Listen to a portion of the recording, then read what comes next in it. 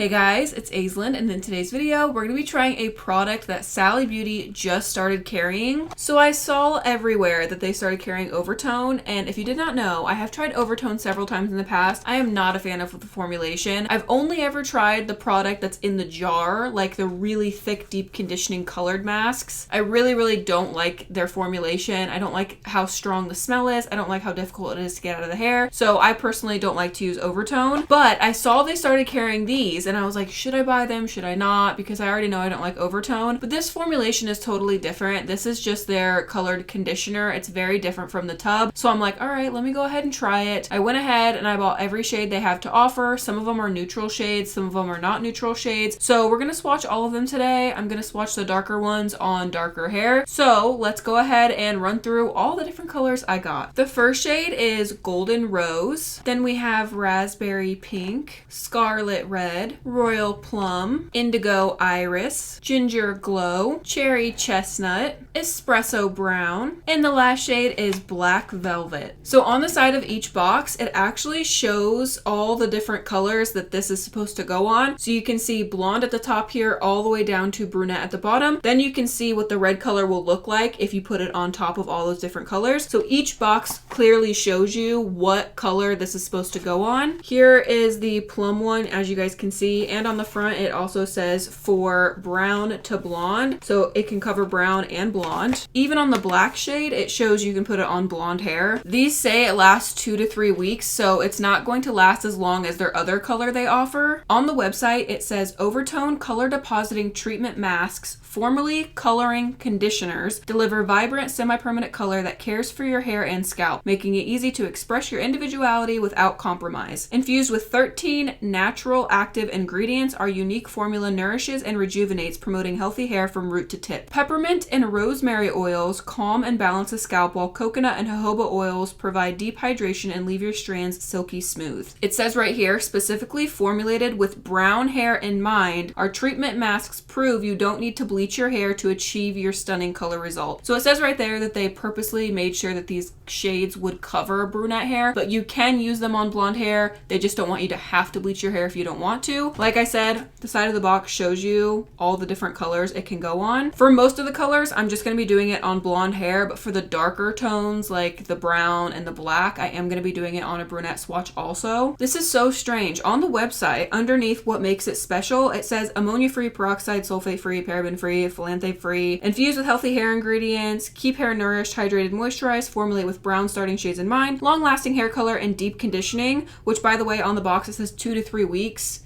I don't think that's like long-lasting color. 2 to 3 weeks is a pretty short amount of time. It says works on all hair types and curl-friendly, no animal testing, vegan, cruelty-free, and then it says gray coverage. A semi-permanent hair dye is not going to give you gray coverage. It might give you gray blending. So I actually have gray swatches. I'm gonna grab one gray swatch. We're gonna do one color on one gray swatch. I'm not gonna swatch all these on gray hair. They might blend, but within a couple washes, those gray hairs that are more resilient and thicker and more porous the color's just gonna fall right off. So I will actually try the espresso brown shade on a gray swatch for you guys so you guys can see what it looks like on gray hair. Let's go ahead and start swatching these and see what they look like. Inside the box, you get a pair of gloves right here. They're latex gloves. And then here is what the color looks like. On how to use, it says, with gloves, apply the color depositing treatment mask evenly to dry hair. Allow it to infuse for 10 to 15 minutes, embracing the natural transformation. Then rinse your hair and scalp with warm water for continual vibrant hues. Make this a weekly affair. 10 to 15 minutes. That's all you got to leave it on for. Let's go ahead and start swatching these. Let's go in with the first shade, Golden Rose. Here we go. Looks like a really light conditioner. Smells the exact same as a traditional Overtone that's in the jar. So if you like the smell, then you'll love this. I don't mind the smell, like the peppermint smell, but it is very strong and can be a little overpowering. I mean, it's a really strong smell. Raspberry Pink is next. I'm excited to see this one. Looks like a pretty berry tone. Definitely giving raspberry vibes. Next up is Scarlet Red. Ooh, this is a lot lighter than I thought it would be. It's not very dark at all. Yeah, it's like a peachy red. It's very light. I will say this formulation is way easier to work into the hair than the one that's in the tub. The one that's in the tub, that's like half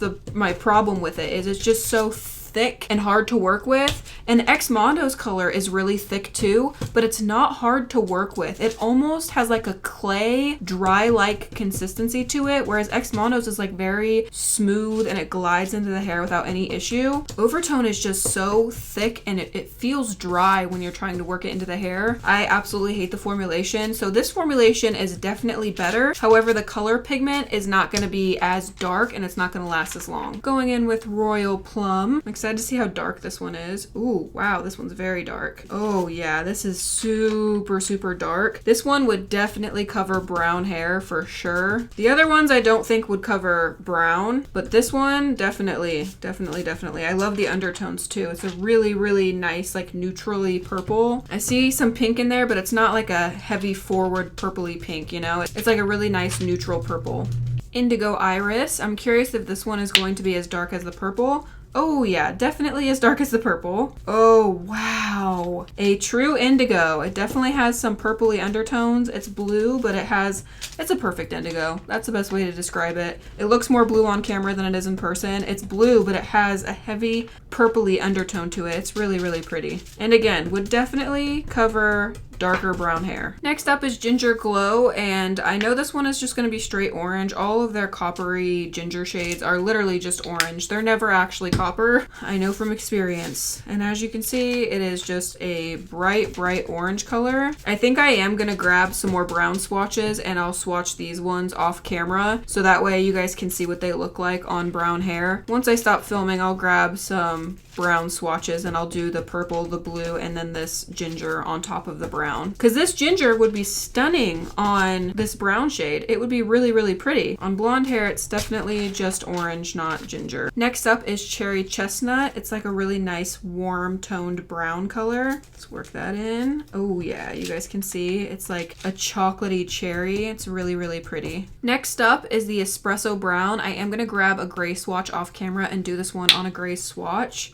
Let's see. Ooh, this one's oh, the consistency of this is way different. Do you guys see how thick this is? The other ones are like oily and shiny. This one is very, very matte. You know what? Now that I'm thinking about it, we had this exact same issue with the ones that were in the jar. Do you guys see? This one is like very, very matte. The other ones are shiny. And last time I used Overtone, this is exactly what happened with the darker shades. So there's definitely a little bit of an inconsistency in the formulation. Some of them are more matte. This one is much harder to work into the hair. It's thicker, it's more clay-like. The other ones were more shiny and wet and easier to work into the hair. This one is like super dry. And the last color we're going in with is Black Velvet. Let's look at this one. See, this one is shiny and wet. And you guys see when I apply it, it's very, very shiny, wet. It's easier to saturate the hair. I love the purple undertone in this black. This formulation is where it's at. This is way better than the old formulation, which is that Espresso Brown. Anytime I use Overtone on myself, it's always that older formulation, that matte clay, really hard to work into the hair. This is just, it just glides right on. You see how shiny? You guys see how purple the undertones are in this? I love a good purpley based black. I'm gonna cover these up, let them process 15 minutes. I'm gonna go ahead and swatch the three other brown ones and the gray swatch, and then I'm gonna rinse these off using warm water because that's what it recommends, and I'll be right back so we can see what these look like, and then we will also try to remove them out of the hair. All right, we're back. Let me show you the swatches. Okay, here are all the different swatches. We have Golden Rose, which is really pretty. It's not very rosy though. It's pretty vibrant. I would say it's almost fluorescent. It's very, very vibrant and bright. Then we have Raspberry Pink. Again, very, very vibrant on blonde hair. We have Scarlet Red, which I wouldn't even call this red. It's like a neon peach color, but it's really pretty. Then we have Royal Plum on platinum hair, a beautiful true toned purple. Here is that plum color on brown hair. It literally just made it like a darker brown color. It's not really purple. Here is Indigo Iris, a really pretty blue color. I would say it's definitely less indigo now. It's more of just like a really dark blue. Here's what that looks like on the brown swatch. It literally just turned the brown swatch black because obviously the brown swatch had a lot of of warmth to it and orange undertones, and the blue just basically canceled it out and made it look black. Maybe if you were in the sunlight, you might see a little bit of blue, but it just looks black. Then we have Ginger Glow, which is neon fluorescent orange. However, on the brown swatch, it is such a gorgeous copper shade. Then we have Cherry Chestnut, which is actually really pretty on this blonde swatch. It's just like a really, really deep cherry, almost like maroon shade. On the brunette swatch, it does have a cherryish undertone, but it didn't show up that well. Then we have Espresso Brown on blonde hair, and this is so beautiful. The fact that I put a brown straight up on blonde hair, and it's beautiful. No weird undertones, nothing weird going on here. It is just a really pretty brown. Espresso Brown on the brown swatch basically just turned it black. It's definitely not brown anymore. It's just like a really dark black. I just realized I messed up. These two were switched. So this black one is actually Espresso Brown on blonde hair. This is the Espresso Brown on brown hair. That makes much more sense. So now you guys can see the difference between the two. That's a lot more accurate. So this one, it was on blonde hair. My bad. I apologize. Here is Black Velvet on blonde hair. It's a really pretty, nice, smoky, bluish purple. It's very, very pretty. Then we have the Black Velvet on brown hair. So here is that gray swatch. I would say it definitely does a good job at like blending the grays, but it's not a permanent solution. And as you can see, there are still a lot of grays through here. Here's what it looked like before. So basically what it's going to do is it's going to darken the hairs that are not gray, and it's not going to fully cover the more coarse like white hairs. So as you can see, this is like more of like salt and pepper. So it's going to cover up your natural color that's blended in there. And then the coarser, more like white gray hairs are going to poke through. So it's definitely still like salt and pepper. It's just like a darker version of that. And then if you decide you want to put like the glow on this, it's going to be like a really pretty auburn color with those highlights of reflex of orange. So there's the gray swatch. Here's what the brown swatch looked like before we put any color on it. So here you guys can see that's what it looked like beforehand. You can see how drastically each color altered the swatch. None of these swatches look like this anymore. I am going to remove all of the brown swatches that we did color on because they previously have been dyed with permanent dye at the manufacturer before I purchased them. So I don't need to do color remover on them because there's permanent color on here. So we're not going to be able to tell if it comes out of like this type of hair. So we're just going to do it on the blonde swatches to really be able to see if the color comes out of the hair or not. All right, got my bleach based color remover. Let's apply this halfway down and then we'll do color oops right above it. I have had some really good recommendations of you guys asking me like when I do the two different color removers, why don't I split the swatch in half and then do this half with the bleach based color remover and this half with color oops. The reason I don't do that is because one, I don't know if I would remember which side is which, like if I did bleach based over here, if I did color oops over here.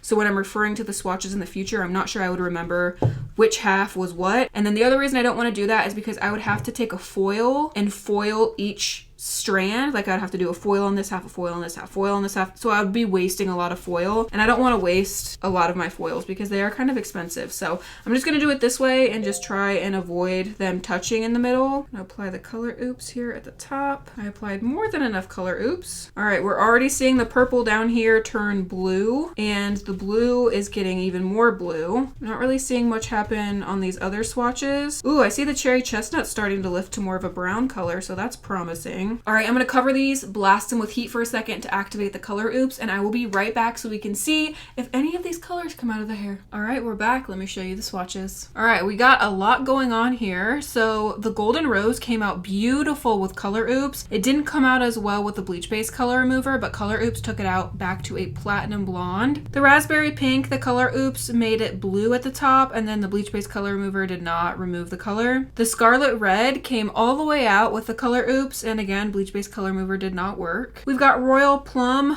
Both options turned it blue. This one's just a lighter blue. Same thing with the iris. This one's a brighter blue. This one is more of a greenish blue. The ginger glow turned like neon yellow right here in the middle, and then the ends, it did not lift at all. Cherry chestnut turned blue with the color oops, and then it lifted to like kind of like a reddish brassy color at the ends. The espresso brown lifted blue in the middle, and then on the ends it basically did nothing. nothing. It lifted to like a burgundy red. The black velvet lifted blue with color oops, and then the ends, it actually lifted out pretty well. It's like a blonde that has a little tinge of like a greenish color, but it's mostly blonde. So here's how they came out of the hair. As you can see, color oops worked better on most of them than the bleach based color remover did, which is why I like to show you guys both options. I'm going to show you guys on my phone so you guys can see like the true undertones of everything. Look how vibrant the blue lifted. That's actually insane. This one's not bad. It's not horrible. You could easily dye over this, and if it was faded, I think it probably would have came out even better. But you guys can see the end here on that black lifted like a brassy with like a little bit of green. Let me line up the brunette swatches and I'll show you those too. All right, here are what the brown swatches look like with the color. So this one's the ginger. Look how beautiful that is. Here is the black velvet. It turned just more of a espresso brown. We have the espresso brown, which is like a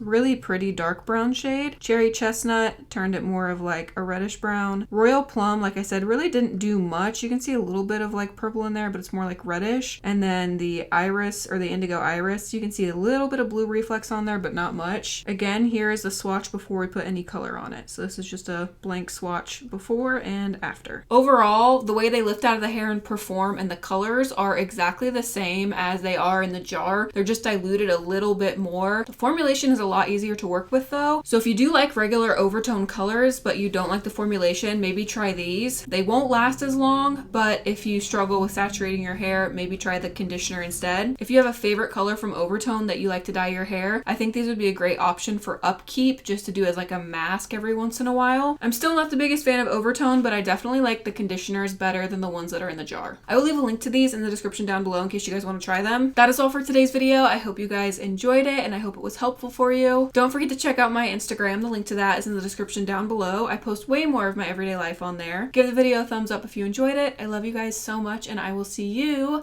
in my next video. Bye.